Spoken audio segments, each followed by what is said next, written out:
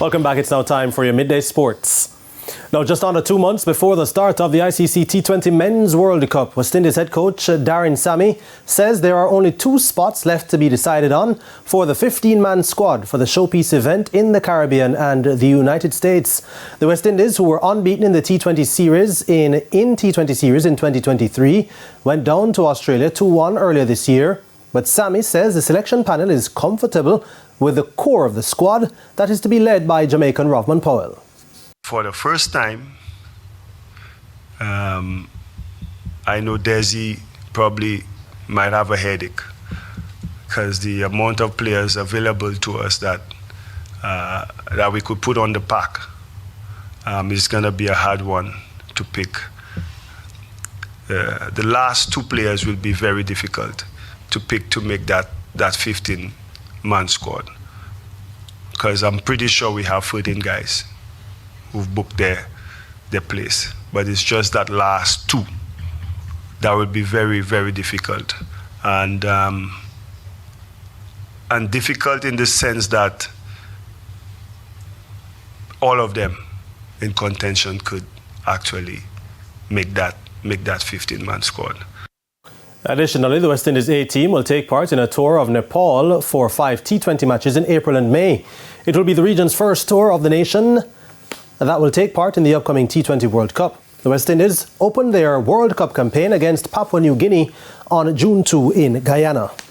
Head coach of Montego Bay United, Brazilian Nader dos Santos, says the transition of ownership in the first round of the season was part of the reason the team failed to qualify for the playoffs in the Ray and Nephew Jamaica Premier League.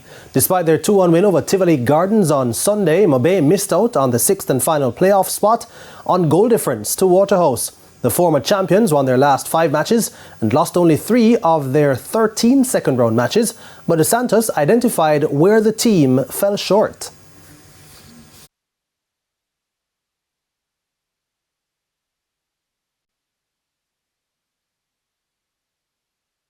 Yeah, because look, we had the transition of the ownership of the club, and that makes some confusion in the first round. So we didn't have a strong team in the first round. So in the January window, we got 7 players and improved the team. So and then now we challenge for the best results. That's the thing. So we just have a better team from the first round. The playoffs begin on April 22 with Tivoli Gardens set to take on Waterhouse and Arnett Gardens opposing Portmore United. Champions Mount Pleasant and Cavalier, by virtue of finishing first and second, have automatic byes to the semi-finals. Meanwhile, there will be backroom and technical changes at former champions Harbourview as Ludlow Bernard will depart as head coach after 5 years at the helm. The Stars of the East endured a torrid season as they lost 14 of their 24 games and were only above the relegated pair of Limehole and Treasure Beach in the league table.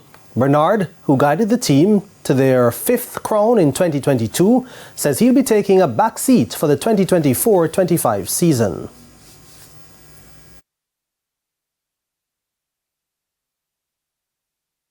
I'll be walking away from Premier League duties, at least for now.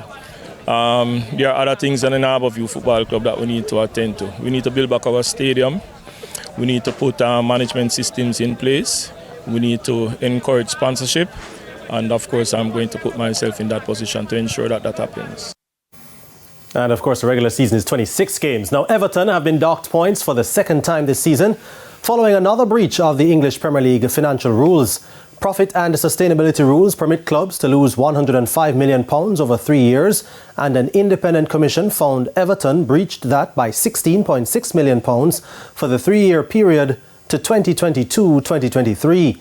They dropped 1 place to 16th and are now 2 points above the relegation zone. The Toffees had a 10-point reduction reduced to 6 on appeal in February for the 3-year period 2021-2022. Now, Everton say the club will appeal the decision. Nottingham Forest are the other Premier League club to have been charged with PSR breaches this season and were docked 4 points in March, although they have lodged an appeal. And that's it for your midday sports. Carrie Ann. Thanks, Jordan. And that's the Midday News. I'm Kerry-Ann Simpson. Join us at 7 for Primetime News. On behalf of the news, sports, and production teams, good afternoon.